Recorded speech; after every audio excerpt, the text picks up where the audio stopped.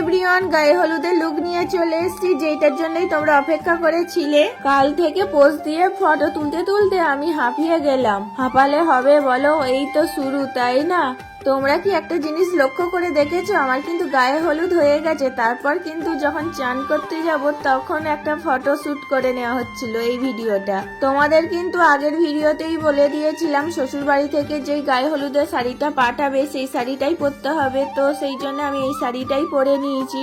এবার হচ্ছে হলুদ মাখানোর পালা। দেখো আমি কেমন ট্যাচু হয়ে বসে আছি হলুদ মাখার জন্য।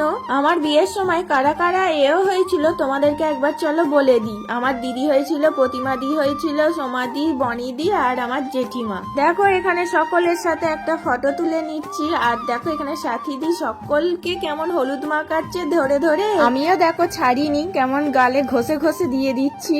মার মেয়ের দেখো বেস্ট ভিডিও এসছে এখানটা, তাই না? দেখো কত হাসি দুজনে, এটাই হচ্ছে সেরা মুহূর্ত। তারপর দেখো আমাদের এদিকে পাগলামো শুরু হয়ে গেছে। দুই ভাই দিদি বোন মিলে দেখো আমাকে কি করছে বুঝতে পারছো? লাভ সেভ করতে চেয়েছে কিন্তু হয়নি।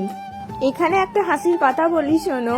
স্নান করতে নিয়ে যাবে বলে সবাই রাস্তায় বেরিয়ে পড়েছে, মাঝপথে গিয়ে দেখে কোনেই নেই, তার মানে আমিই নেই। ওরা তো ব্যান্ড পার্টি বাজছে বলে সেই আনন্দে নাচতে শুরু করে দিয়েছে, এদিকে যে আমি নেই ওদের কোনো খেয়াল নেই। তো আমি তখন সেই সময় ফটোশুট করছিলাম সিঁড়িতে বসে, তোমরা আগে ভিডিওটা দেখে নিয়েছো।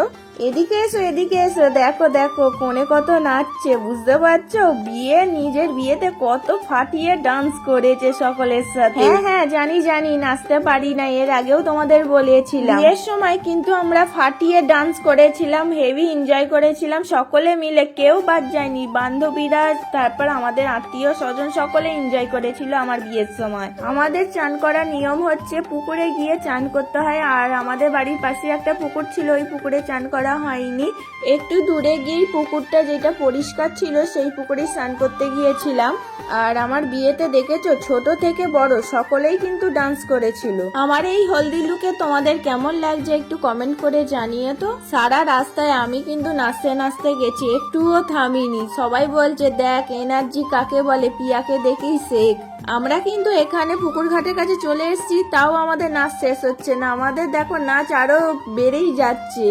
আর এদিকে নাচতে গিয়ে ভুলেই গেছি যে ওদিকে দেরি হয়ে যাচ্ছে, মাথায় নেই। সেই জন্য আমাকে তো বাড়ির লোক সবাই বলছে চ এবার চান করবি, চ এখানে নিয়ম আছে অনেক কিছু। তারপর দেখো এখানে পুকুর ঘাটে আমি বসে পড়েছি চান করার জন্য। তারপর কি সব নিয়ম আছে ওই নিয়মগুলোও করে নেওয়া হচ্ছে। সারা রাস্তায় তো নাচতে নাচতে এসেছি বটে, আর ফেরার সময় কিন্তু নাচতে নাচতে গেছি। পুকুরে চান হয়ে গেল তো রাস্তায় আর দেখতে নেই, মুখ দেখাতে নেই, নাকি নিয়ম আছে জানি না। আমাকে দেখো মুখে ঘোমটা দিয়েও কিন্তু নাচতে নাচতে বাড়ি ফিরেছি। যত যাই হয়ে যাক না কেন ডান্স বন্ধ করা যাবে না।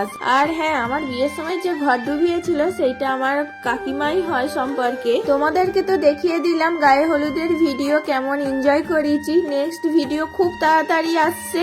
আমাদের তো এত সকলের ডান্স দেখলে কার ডান্স সব থেকে ভালো হয়েছে অবশ্যই কমেন্ট বক্সে জানিও। এখন মতন টাটা, বাই।